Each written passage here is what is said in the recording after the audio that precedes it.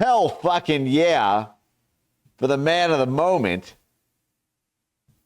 The friggin' new deputy director of the FBI, Dan Bongino. Holy shit.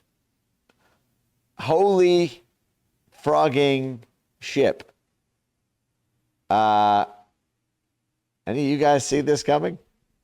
Hey, here's another thing. I have been so impressed by this administration's ability to keep secrets. Can I say, as someone who's in the information stream in D.C., I consider Circle of Trust to be like the most important thing. The most important thing. Look, Fokker, I'm a patient man, watching you, studying your every move. But what I'm trying to say is there's a lot of secrets in this town. Not the town I'm in, Miami. There's no geopolitical intrigue here whatsoever. But in Washington, D.C., things leak. They leak everywhere. Everyone wants to do favors for favors by ratting out their friends, leaking things to the media, leaking things to their girlfriends, trying to look cool. This is how James O'Keefe gets all his scoops. A lot of times people just tell secrets to look like they're on the inside, and then boom. Everyone knows that RFK is going to be nominated as the head of HHS before Trump says it. Or boom, Kash Patel is going to be named as the FBI director before Trump says it. Or boom, holy shit, Dan Bongino yesterday was the top streamer on Rumble. Today, he is going to be the deputy director of the FBI. No one leaked. I'm starting this off. I was going to tell you about my week. I had an epic week. Victory on all fronts. We'll get to that. But Dan is a friend of mine, and I think Dan has, more than any other quality, he has integrity.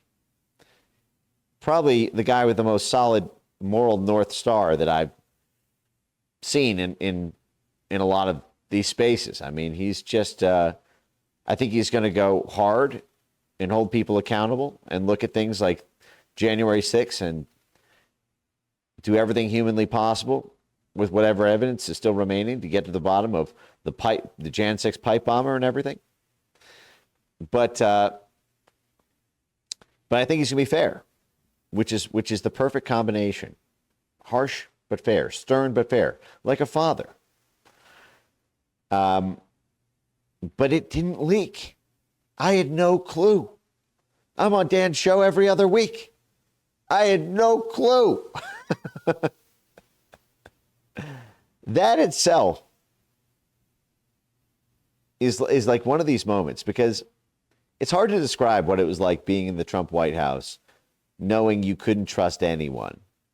Anything that you said to somebody else in the halls of the Trump 1 White House, you had to assume the New York Times was going to print 5 to 7 days later. And none of this stuff leaked. None of it. You guys remember the Pete Hegseth thing? Who saw that coming? I don't think Dan got the call last night. Hey, would you like to be number 2 at the FBI? No, this sort of thing takes like at least 3 months. Heads up. You're probably having conversations for 6 to 9 months, in the background. I don't know anything. This is just typically the way these things go. Like Pete Hegseth was in talks with the Trump campaign in term 1 to run the Veteran Affairs Department. So anyway, I don't have my Trump wine handy, but Dan Bongino, here's to you, man.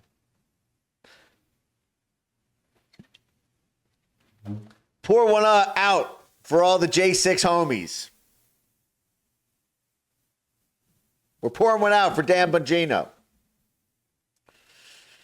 All right. Wow. The other great thing about this is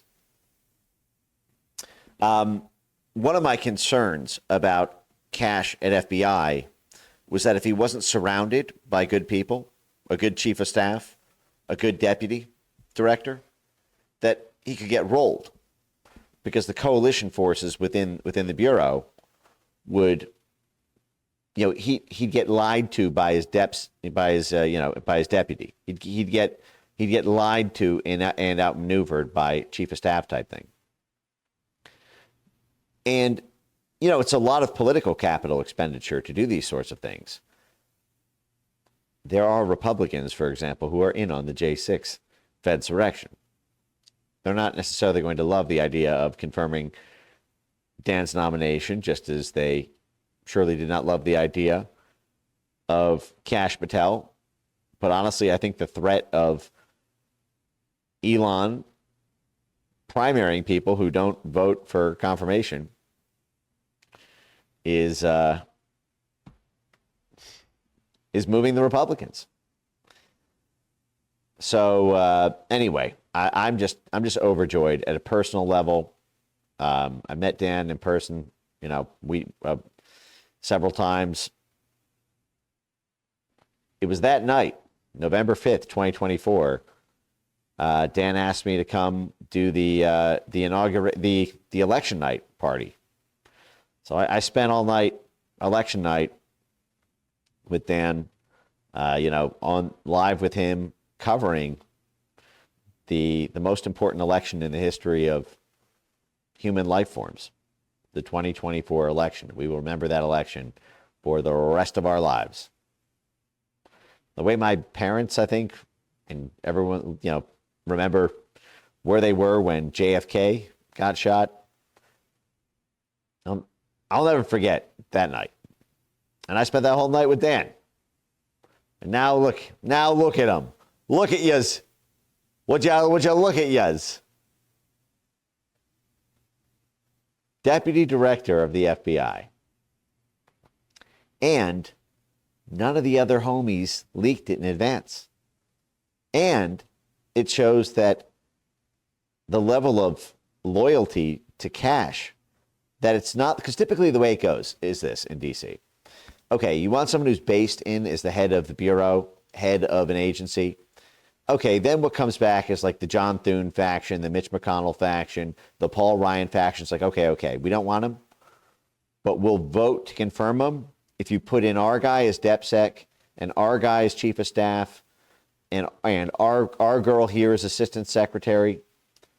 So they have bumper cars on the whole thing. You can never get your agenda done because even though you got the top dog, the whole lieutenant class is mutinous. The whole ship gets scurvy. So, wow. All right. So, way to go. Way to go, Dan. Man, what a story he's had, And just by following his North Star, he did it the right way.